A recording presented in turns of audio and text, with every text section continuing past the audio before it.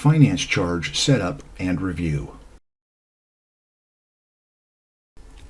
Finance charges can easily be applied to your accounts receivable customers' past due statements. These charges are determined by the due date and the percentage you set up in MaxxTraxx. First, let's look at how to set up those charges. Go to the Setups menu in the upper right corner of MaxxTraxx and click on it.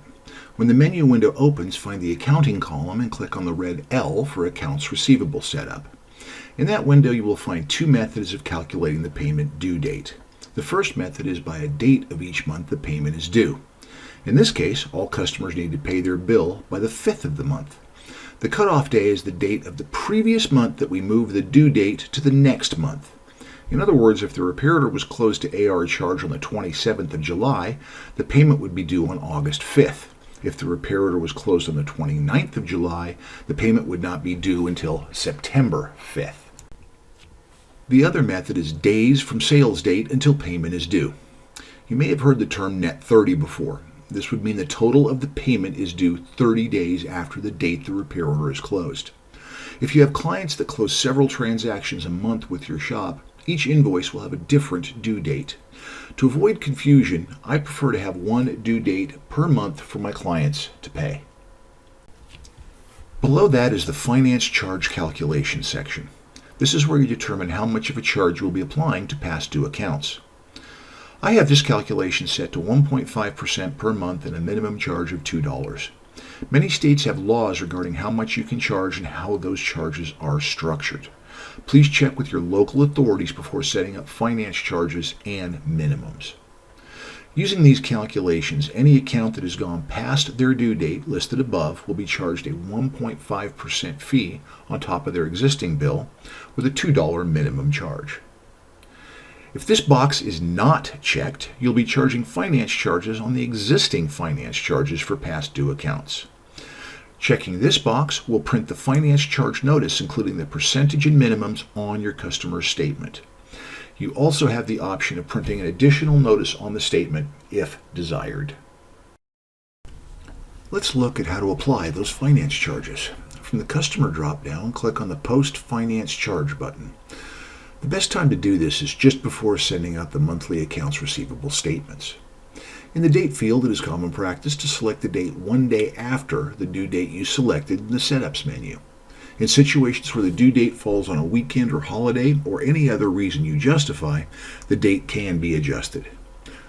Our due date was the 5th, so we'll select the 6th.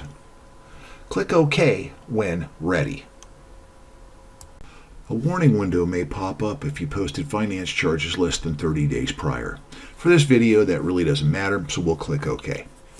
A window will open listing all AR accounts that are past due.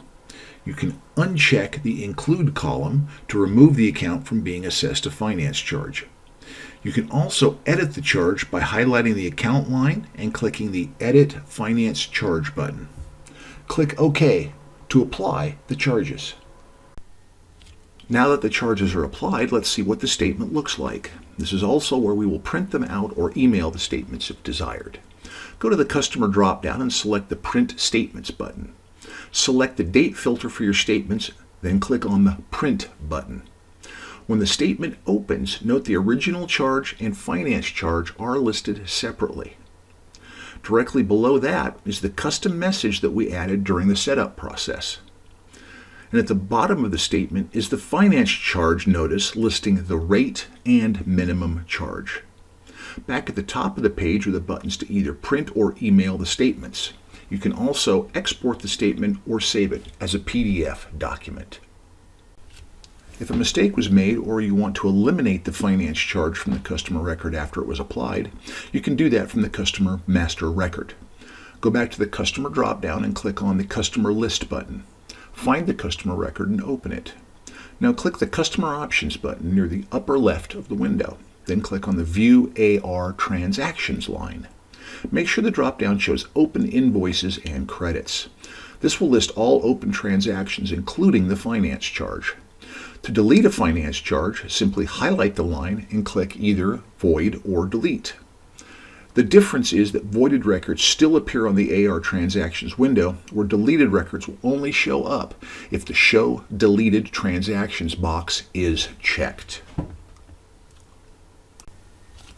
When set up and managed correctly, finance charges can be an excellent way to add income to your shop as well as motivate AR accounts to pay on time.